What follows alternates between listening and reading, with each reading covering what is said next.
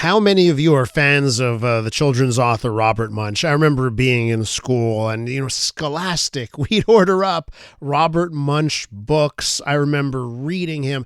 Absolutely adored him as a kid. And fun fact, Olivia's cousins, they're mentioned in The Paper Bag Princess. The book is dedicated to them. So if you ever read that book and you see it's dedicated to Erica and Otis, those are my wife's cousins out in Halifax. So, I think everyone has a story about reading Robert Munsch as a child. Now, earlier this week, we found out that Robert Munsch has applied and has been given permission for medical assistance in dying. This after being diagnosed with dementia in 2021. Now, he's still alive today, but Munsch says he wanted to apply so that he can be the one while he still has the capacity to do so. Now, here in this province, we've expanded access to medical assistance in dying in the last year to people who suffer with dementia. And since then, more than 1,400 people with the disease have asked for MAID. Let's talk a little bit more about this. Paul Brunet joins us, patients' rights advocate and president of the Quebec Council for Patients' Rights. Paul, welcome back to the program. Good morning, Elia. How do you view medical assistance in dying? Is it really at the core a patient's rights issue?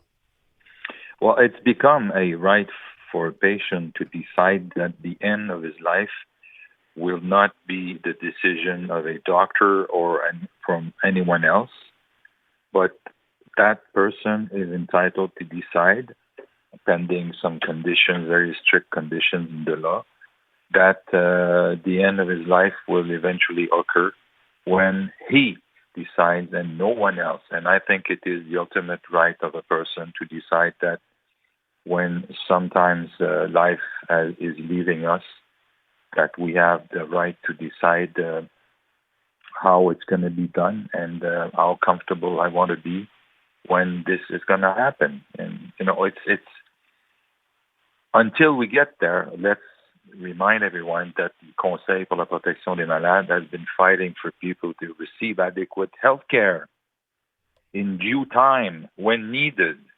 This is the main battle that we are fighting for patients. But at the end, according to some polling that were done some years ago, doctors have declared that de facto they were giving medical help to die for patients. So we've decided to enter into the more strict condition and frame that the legislature has decided to offer to patients, and let the patient decide in the adequate conditions that are still prescribed by law. But one of the things you're touching on there are concerns in this country from coast to coast that there are examples of people that what they really need is proper care for their conditions. Instead, they're being offered MAID. Yeah. You are right.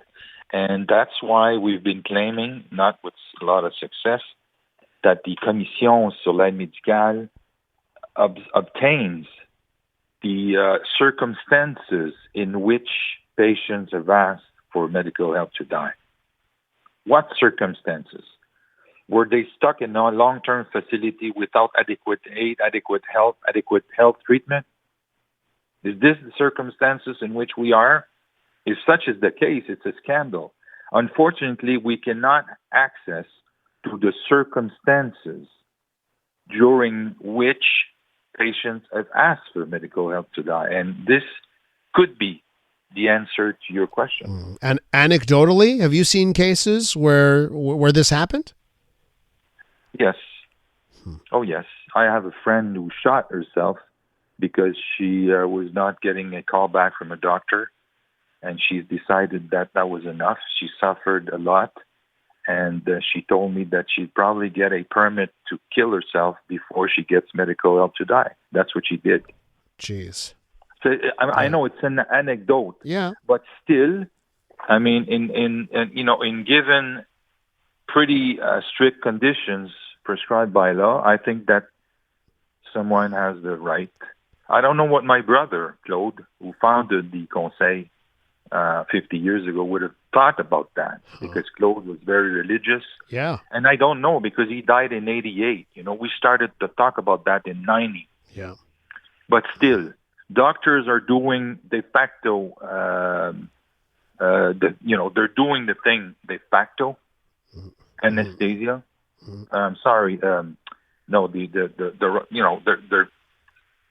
euthanasia. That's the word. Euthanasia. Okay. Yeah. Yeah. And we know that still we cannot get adequate care in the delay that we need it.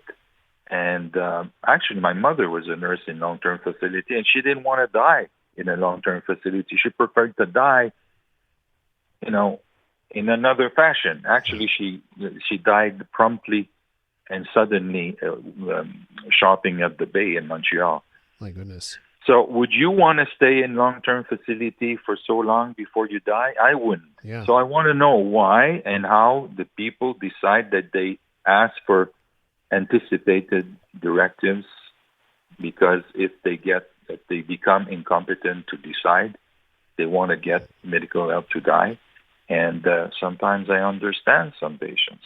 Paul, it's sad. It's sad. It is sad. And, the anecdotes that you've brought up, listen, I've heard those similar stories from across the country. At a certain point, they stop becoming anecdotes and they become data when the cases add up. Now, let me just ask you one last question before I have to let you go. On the court side of things, because there's no question in this country, the courts have forced provinces and the Canadian government to move forward on MAID and expand access, perhaps in ways that many provinces didn't want to expand to. Yeah. Do you think we're at the right balance here? People with dementia, medical conditions, have we struck the right balance, or did courts go too far?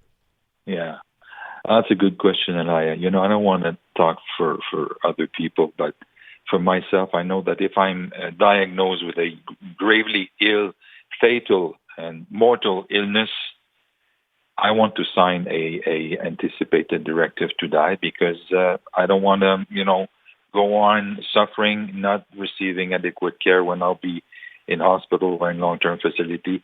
The present condition, the present state of the kind of care we're getting is not sufficient in my mind. And it's sad, because some people would love to continue, but at a certain point we let go. Paul, I do have to leave it there. A serious discussion. I'm happy that we had it on the program this morning. Thank you so much. Take care. Paul Brunet is a patients' rights advocate and president of the Quebec Council for Patients' Rights.